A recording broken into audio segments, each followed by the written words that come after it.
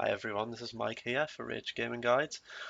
Today I'm actually going to do a Dragon Age Origins starter guide. The class itself, I'm going to go for a mage, although I may do some other class starter guides in the future.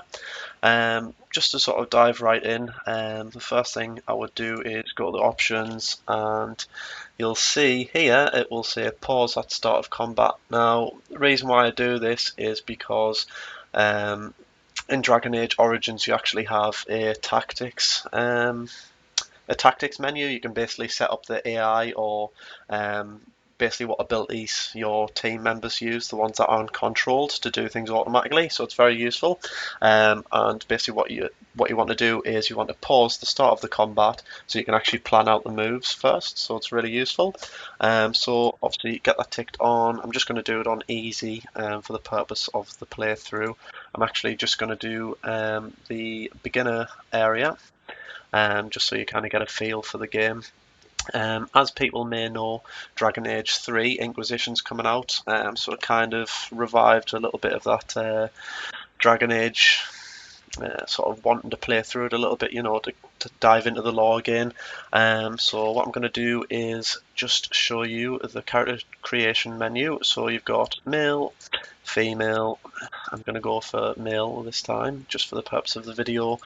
You've got different races. I'm not going to show you the lore text. You can obviously read that through yourself. But I do want to show you, however, the racial benefits. As you can see, human is a bit of a jack of all trades. It has an increase in strength, dexterity, magic, and cunning. They're useful for pretty much every class. The elf itself, as you can see, has 2 to willpower and 2 to magic. This is more geared towards being a caster. So if you want to be potentially the most powerful caster character in the game, you would definitely go elf because it has the highest stats, basically, for a caster. You've also got the dwarf. Unfortunately, the dwarf is the only race in the game that can't pick a mage. So you're only excluded to having a rogue or a warrior. The benefits themselves that the dwarves get as racials is you get strength, dexterity, and 2 to constitution, and 10% chance to resist hostile magic. So as you can see straight away there, if you're familiar with those sort of mechanics, you can see it would be great as a tank. So if you're thinking about starting a warrior tank, yeah, definitely go for the dwarf. So I'll go to the elf because I want to be a caster. So I'll pick the mage. You can see background here. This just sort of affects where you start. As a caster or as a mage, you can only start in the circle of the Magi or something like that. As any race, so regardless of the race that you pick, whether it's human or elf, as a mage you have to start in the tower. As you may notice as well, with the dwarf, let's say you pick a warrior, you've got the possibility to start as a commoner or as a noble. So yeah, there's different backgrounds, but as a mage, you must start in the tower. So I'll just skip that and go to the next menu. As you can see, this affects the appearance of the character. I'm not going to go into this too much, purely because I want to sort of get into the game, just to show you stuff. Skin complexion, that sort of affects obviously the age of the skin, things like that. Skin tone affects the colour. Go for a dark skin. Um, Hair, I don't think I want any hair. Eyes, don't like that eye colour. I'm going to go for a bit of a fiery orange, hazily colour.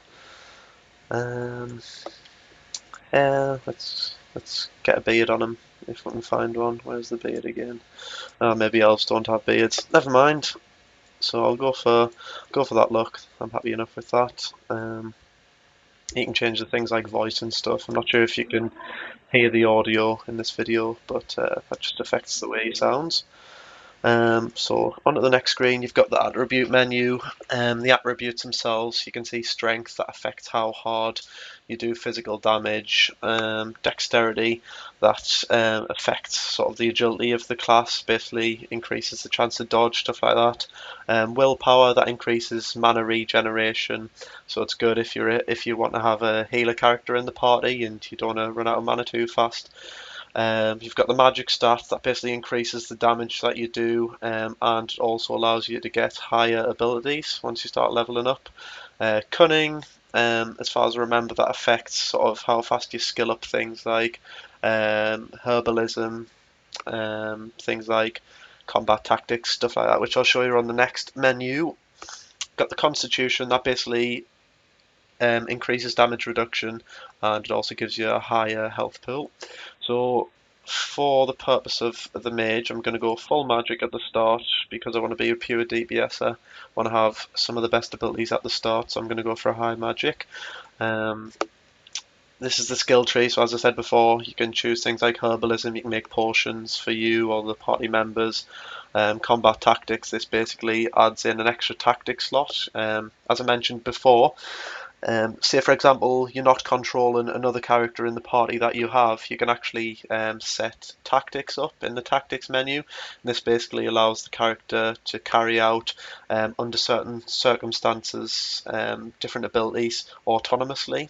So it definitely frees up, your play style if you want to sort of focus on playing one of the characters a little bit more. For the purpose of this character in particular, I'm just going to go for coercion. This basically allows you to sway people's opinions and things like that, which I do find quite handy, and it also affects the story a little bit, so it's quite nice.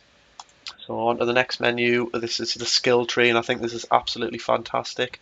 In Dragon Age 2, I'm not sure if people have played this or if they know this, but although it does have a magic tree, it's very limited, it's very linear.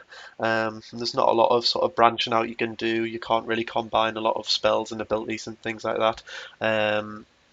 In Dragon Age Origins, you have a lot more freedom. You can sort of choose what you want to go into. As you can see, you can choose frost spells here, lightning spells, rock spells, fire spells, healing spells, all the way down to things like death spells, sort of putting curses on targets, stuff like that. So it's quite fun, quite a lot of diversity. For the purpose of this character, I just want to do a lot of damage, nice and fast, to kill things nice and fast. So I'm going to go for Winter's Grasp, which is a frost spell, and lightning as well. So I've got the frost tree and the lightning tree, and I'm just going to go into play now. And just load it up. Yes, easy difficulty for the purpose of this. Gonna skip the cutscenes because you can watch them yourself if you want to play this, or you may have already watched them before. So I'm gonna let it load up now. And as you can see, you're into the game straight away. You may get some tutorials popping up and things like that. The tutorials themselves, you don't have to read them. You might want to read them if you want. So I'm going to pick up some orbs of light. This just heals me basically. As you can see, it's the mage at the start. You start in a place called the Fade, so it looks a little bit blurry, a little bit mystical. The Fade itself is basically a void that you enter into, which is basically the demon world. As you progress into the story in Dragon Age, it'll sort of explain it a little bit better. So as you can see, there is an enemy just down here. It's a little orb of light called a Wisp Wraith. With the setting that I enabled before, the game has paused it straight away because I'm in combat.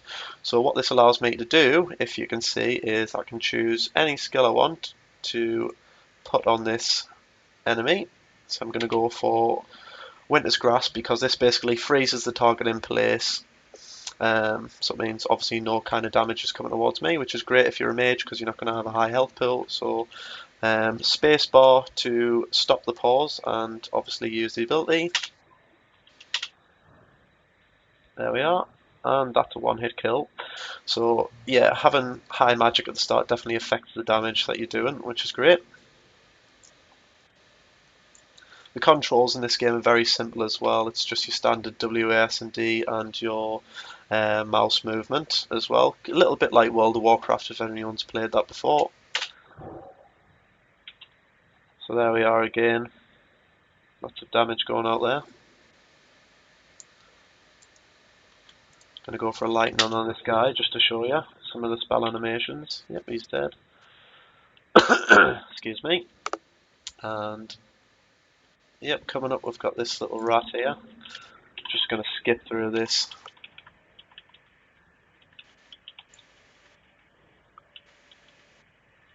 So yeah, there's different options to say different things. to some of the NPCs in the game, which does obviously affect some of the outcomes of the gameplay. So you do have quite a lot of choice in this game.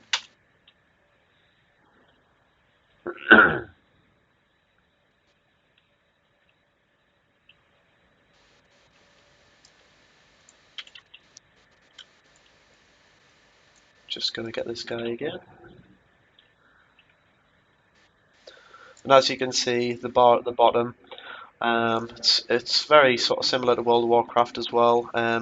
You may notice at the bottom there's not a lot of skill buttons. If you sort of progress further into a game, you'll notice you'll get overwhelmed with a lot of abilities. So what you can do is you just click on the bottom right, hold it, and drag it out. You can increase the amount of buttons that you got on your bar as well, which is great.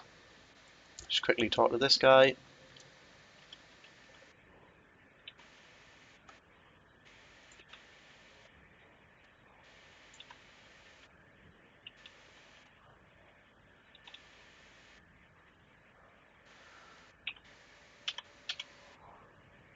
So I'm going to fight this guy now, and he'll give me some help to defeat the demon of the Fade.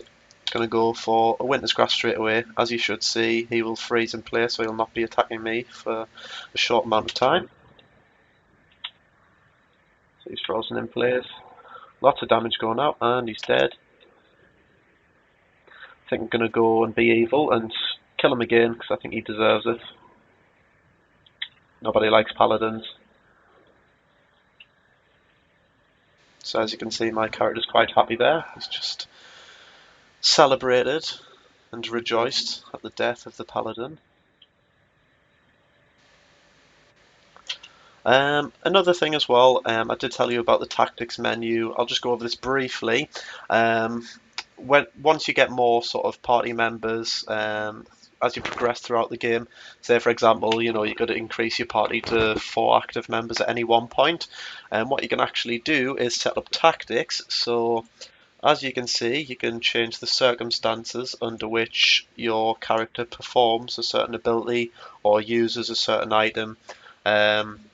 Say for example you want to use a health potion. What you can do is click on click on health. Let's say you want to use a health potion below 50% health, which is quite a good number to go for.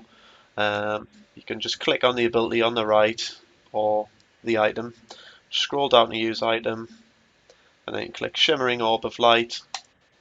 This is basically the healing potion in the Fade. You can't use healing potions in the Fade. So as you can see, let's say for example you had another party member selected, but your mage character was taking a lot of damage. You don't have to worry about clicking on him to use a potion. He will do this below 50% automatically. So that's basically the tactics. It's very, very helpful, and it's very, very in-depth. You can do a lot of things with it.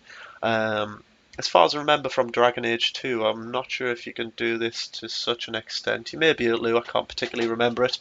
But yeah, this is definitely one of the best things about the game itself. But what I'll do is I'll just put that back to what it was, nearest visible, and I will use the ability Lightning. There we are. So I'll unpause that for now. Got some Spirit Wolves here. Going to go ahead and attack him. Got another one coming. As you can see, not much trouble. If you play this on a harder difficulty, the enemies do have obviously more health, and they do tend to do a little bit more damage. Not too much trouble on easy.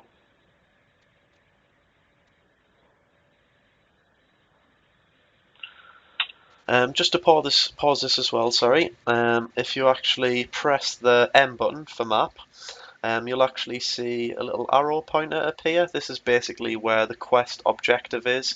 So if you feel like you're getting a little bit lost, because this game does have a lot of buildings, it has a lot of rooms, things like that, you can actually just press your map, look for the white arrow, and that's where the quest objective is. So a little bit like World of Warcraft, how they have quest objectives marked on the map. So I'm going to talk to the Sloth Demon now, just to progress this. My friend wants to learn the bear form, but this demon is being quite reluctant. So what we're going to have to do is coerce him. How you do that is entirely up to you.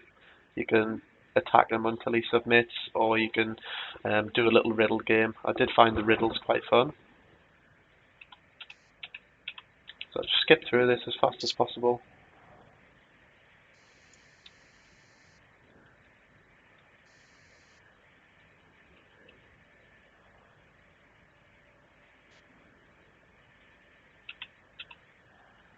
So I'm going to be quite aggressive again and attack the bear just to quickly get this out of him. Go for the Winter's Grasp, freeze him in place. Go for the lightning, do a little bit of damage. Arcane Bolt. As a mage, you do start with Arcane Bolt by default, so you don't have to worry if you want to go for some heals and things like that. You will still have some damage abilities to kill stuff, which I'm sure you will agree is nice to know. So there we are. My friend has the bear form now.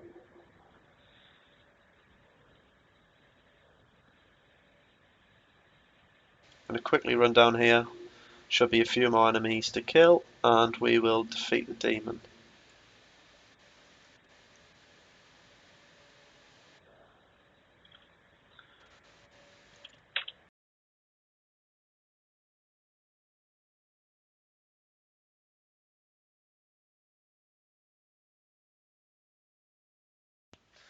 Now, basically what happened there is, after I defeated the demon, conveniently, the game crashed.